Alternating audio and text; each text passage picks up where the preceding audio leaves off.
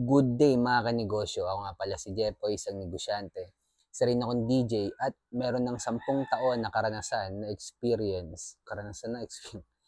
sampung taon na experience sa pagkalugi sa negosyo. Hindi ako vlogger, hindi ako influencer. Isa po akong content creator mga kanegosyo. At ang topic natin ngayon mga kanegosyo, bakit kailangan mag-focus in one? Dahil may level 2 pa po. Ito, pag nagsisimula ka pala magnegosyo, pag-isip-isipan mo, kung nagninegosyo ka na, tapusin mo tong video na to, para sa inyo to. Mga kanegosyo, ito muna kwento Nalugi ako ng una kong negosyo na sari-sari store, barbecuehan, bilyaran. Ngayon nagninegosyo pa rin po ako.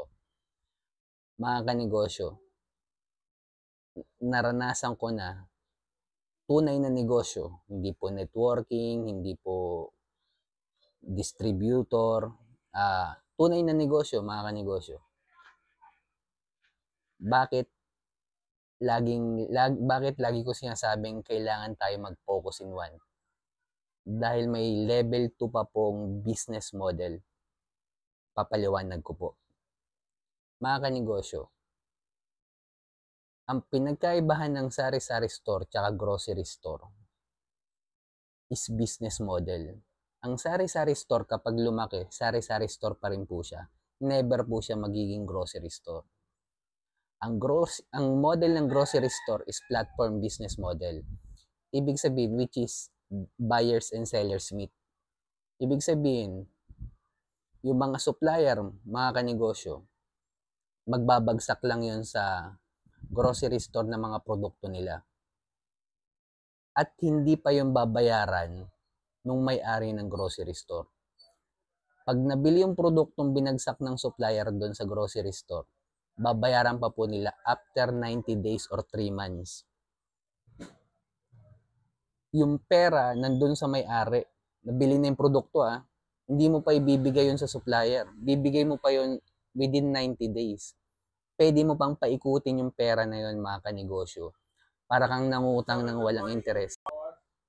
Kumpara sa sari-sari store na naglabas ka na ng pera at lahat ng produkto mo doon na naglabas ka na ng pera kasi binili mo yun eh.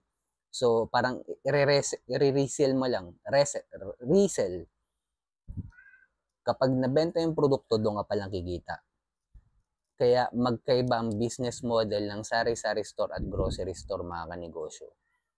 Ang akala kasi nila, palaki mo yung sari-sari store mo, never pong magiging grocery store ang sari-sari store mga kanegosyo.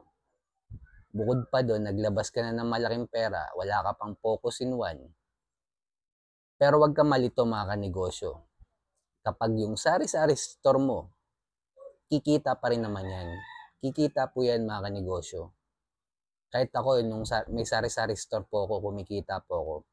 Kaso nga lang, hindi po natin mali-level to yan. Hindi po natin ma-applyan ng business model na platform, distribution, franchising, manpower, software, licensing yung sari-sari store. Hindi po natin mali-level to yan. Habang buhay pong level 1 yan.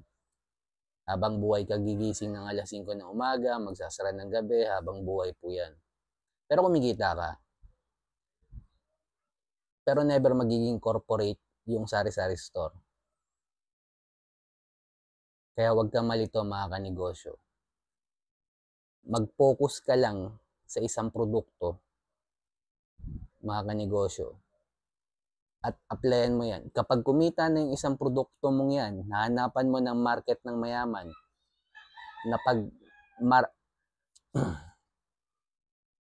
product market fit, na pag-connect mo silang dalawa, yung market mo tsaka yung produkto mo mga kanegosyo, pag yan dalawa nag-fit, pwede mo nang i-level to yan.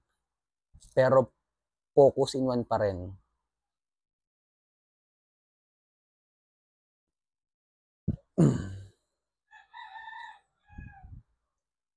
Kung nalilito ka mga kanegosyo, comment ka naman sa baba. Kung may mga tanong ka, comment ka rin. Kung umabot ka sa dulo na video na to, follow mo na rin ako, heart mo na rin tong video ko. At kung medyo magulo,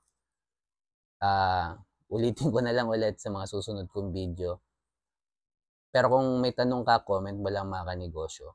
Kung dumadaan ka sa pagsubok ngayon, huwag natin kalimutang mag-pray kahit anong religion natin. Ingat tayong lahat. Peace.